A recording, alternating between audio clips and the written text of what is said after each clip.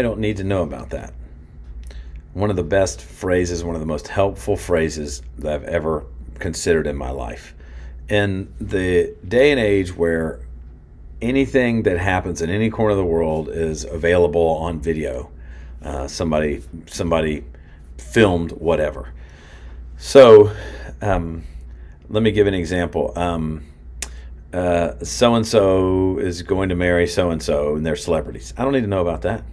I don't need to look at it. I don't need to read an article. I don't need to care about that, right? And let's get even more risque. Somebody's got a picture up on Instagram, and everybody's talking about it.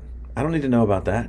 I don't need to know that. I don't need to understand it. I don't need to think about it. There are just a number of things, quite a few things in life where I don't need to know about that.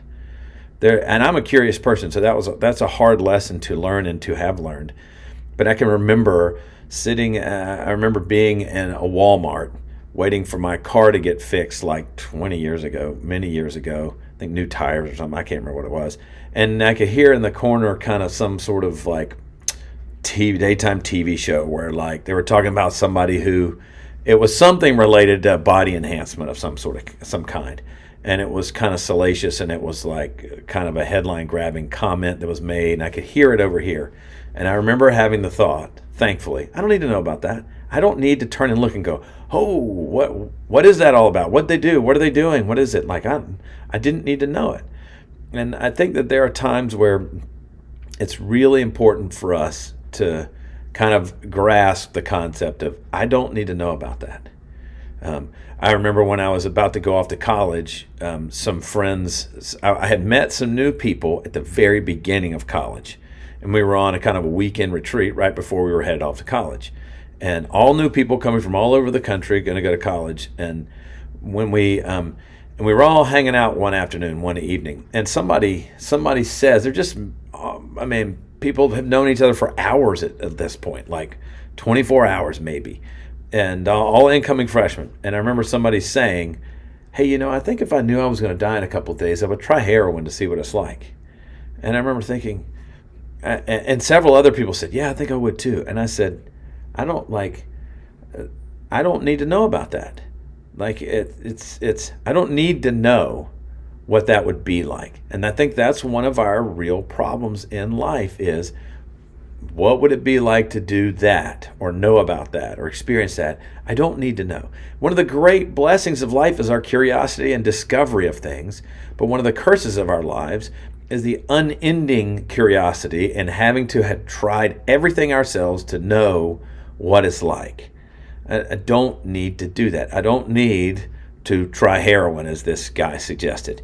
And I remember being in that circumstance. We were all sitting on a dock in the middle of a lake, and I just discreetly slipped off the dock. I didn't make a scene of it. I didn't swim away where everybody saw me swim away.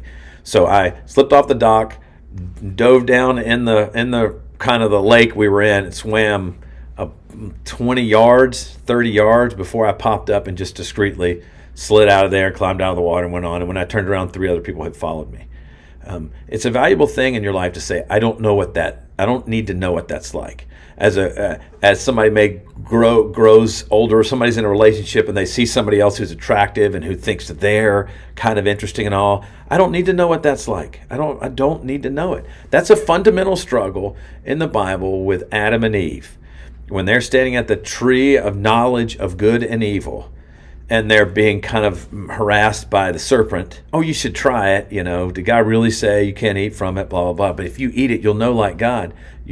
But to know in the biblical sense of know, to experience in your being what it's like to do certain things will damage us and will hurt us. I do not need to know what that is like. I do not need to know what it's like to murder someone to know whether that's good or bad. Because if I do, then I've got it in my bones in a way that would be very difficult to overcome going forward. So it applies with men. If you're a young guy and you're dating somebody and you're at the beach and everybody's walking around in bikinis and all that sort of stuff, you don't need to know what everybody looks like. You don't need to. You can just keep moving your head. You don't need to see. You don't need to experience. I don't need to know what so and so looks like, what that looks like. So one of the greater blessings in our lives is our ability to say, I don't need to know what that's like, what that's about. I don't need to know about that.